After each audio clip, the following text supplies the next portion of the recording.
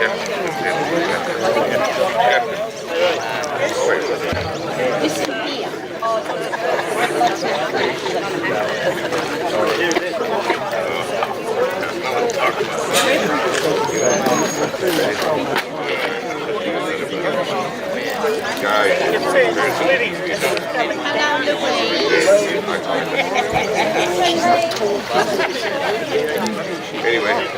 thank you.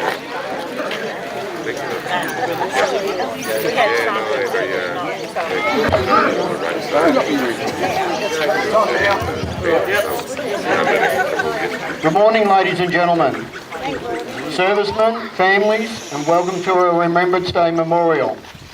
Today marks 100 years since the signing of the Armistice, which makes it a very, very special day in Australia's history. I would like to invite the children from the Loch Sport School to accompany us in reciting the Lord's Prayer.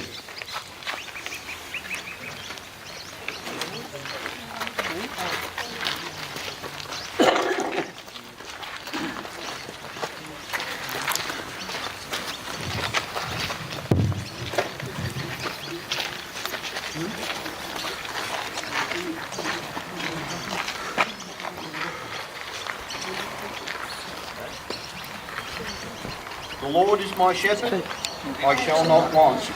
He maketh me to lie down in green pastures. He leadeth me beside still waters. He restoreth my soul. He leadeth me in the path of righteousness for his name's sake. Yea, though I walk through the valley of the shadow of death, I fear no evil, for thy art with me. Thy rod and thy staff, they comfort me. Thou preparest a table before me in the presence of mine enemies. Thou anointest my head with oil, my cup runneth over.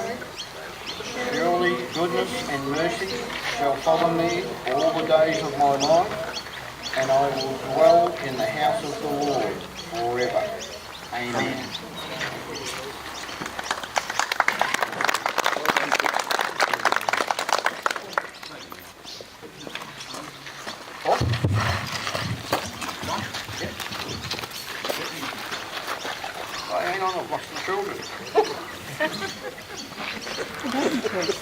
Can the children from the school come back again?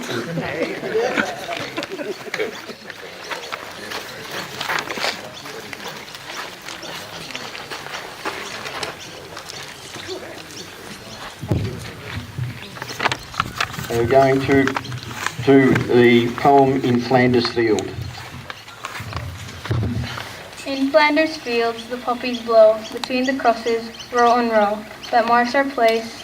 And in the sky, the lark still bravely singing, fly scarce heard, amid the guns below. We lived, felt dawn, saw sunset glow. Loved and were loved, and now we lie in Flanders fields. Take up our quarrel with the foe. To you from failing hands we throw the torch. Be yours to hold it high. If ye break faith with us who die, we shall not sleep, though poppies grow in Flanders fields. Thank you very much, guys. Well done.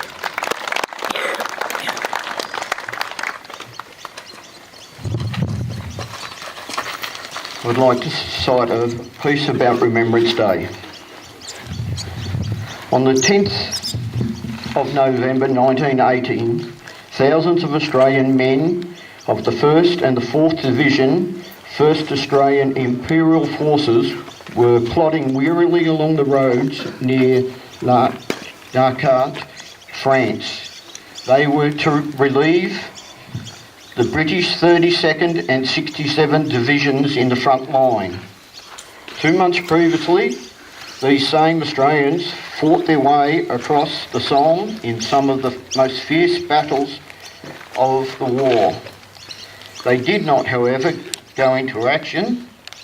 At 11 a.m. on the 11th of November 1918, the guns fell silent as hostilities ceased on the Western Front, ending 4 years of death and construction. Earlier that day, at 5 a.m., the Germans signed an armistice in a railway carriage at Campaign. In the following year, the Treaty of Versailles made the ceasefire permanent. In October 1997, the Governor-General issued a proclamation declaring the 11th of November as Remembrance Day and urging Australians to observe 1 minute silence at 11 to remember the sacrifice of those who died or otherwise suffered in Australia's cause in wars and conflicts. Thank you. I would now ask our new Lord Mayor, Alan Hall, to step forward and say a few words. Thank you.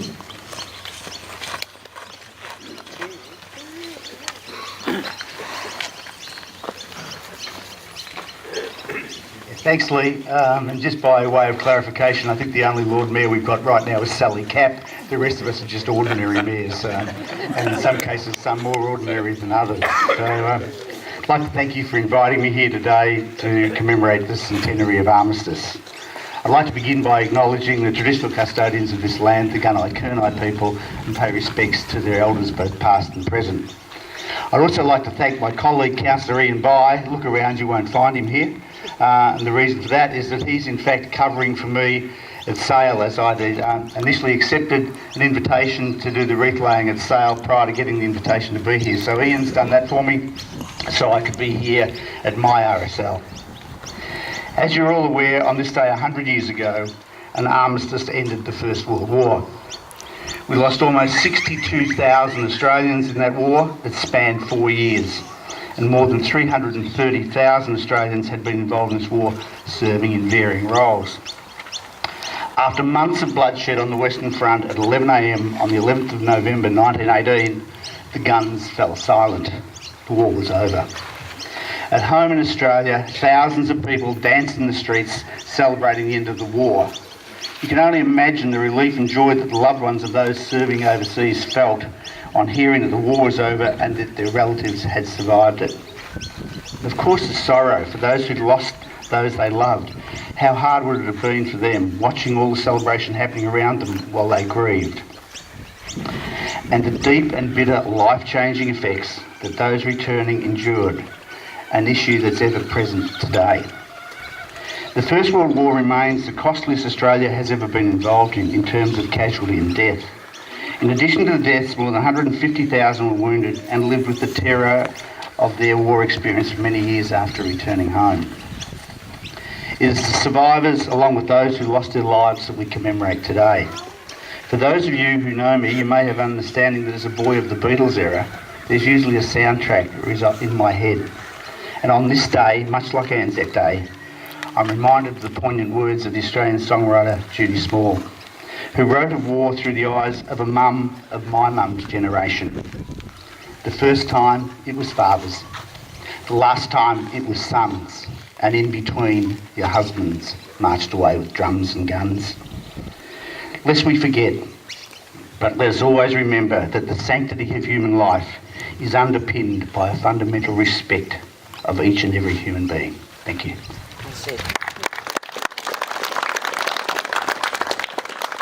Thank you very much, Alan.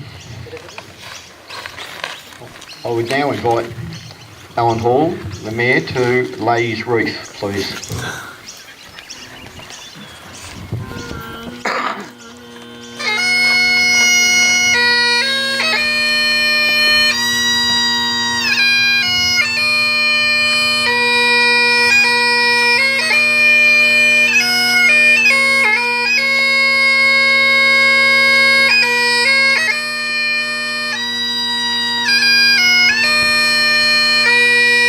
The students from Loch Primary School to lay their wreath.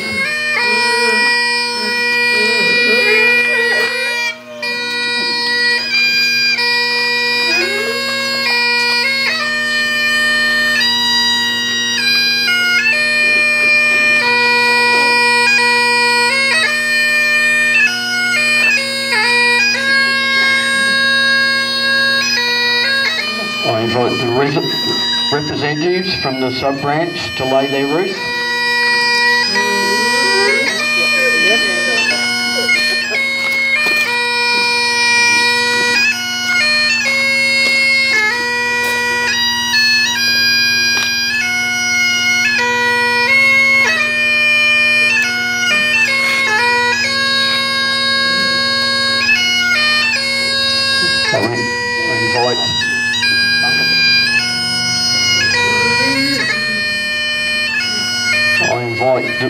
a representative from the Women's Auxiliary to lay their wreath.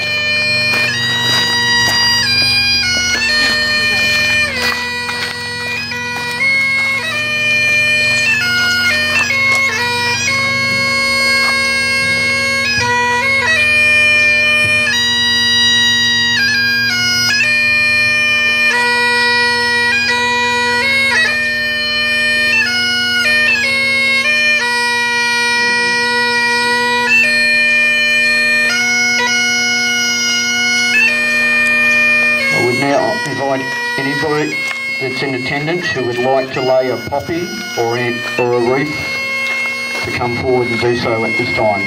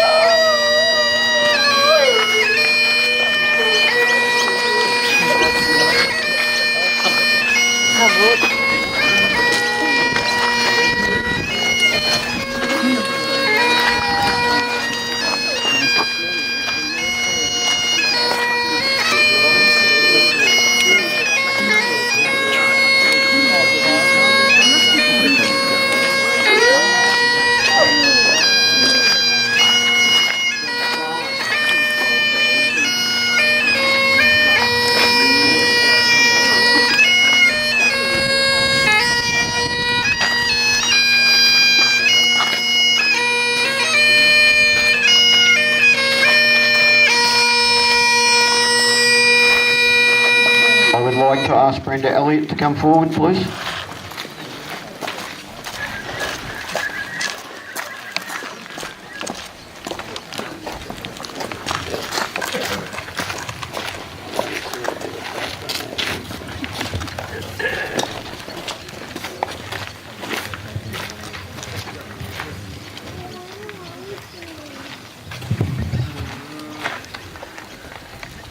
Thank you, Mr. President, for giving me the honour to recite the ode. please be upstanding to honour all those who paid the supreme sacrifice in all wars and conflicts. They shall grow not old, as we, who are left, grow old. Age shall not weary them, nor the years condemn. At the going down of the sun, and in the morning, we will remember them. Remember them, Lest we forget. lest we forget. Thank you. Enjoy your day.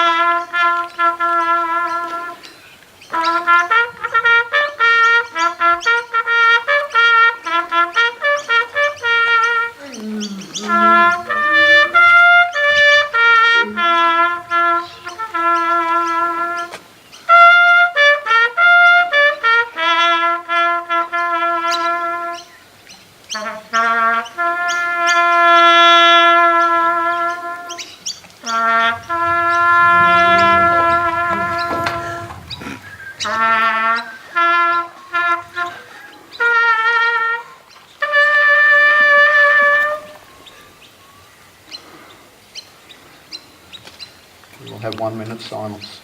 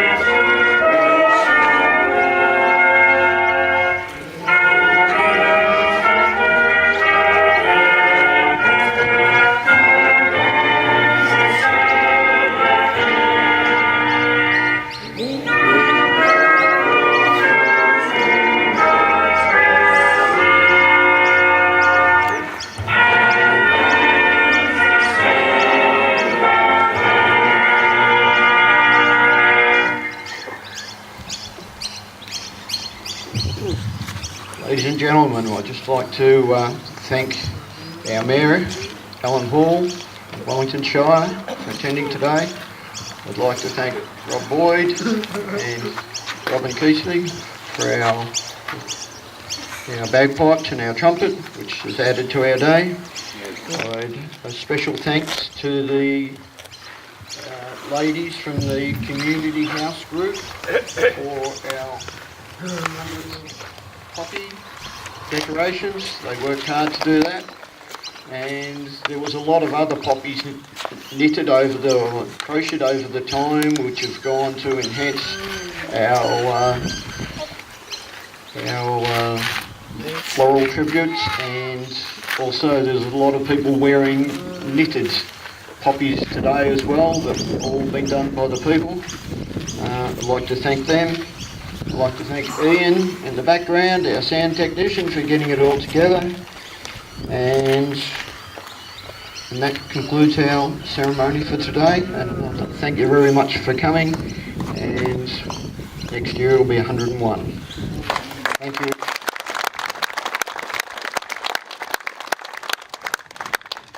There's refreshments inside, and there's a light meal. So come in and help yourselves. Hope to stay for a while. Thank you.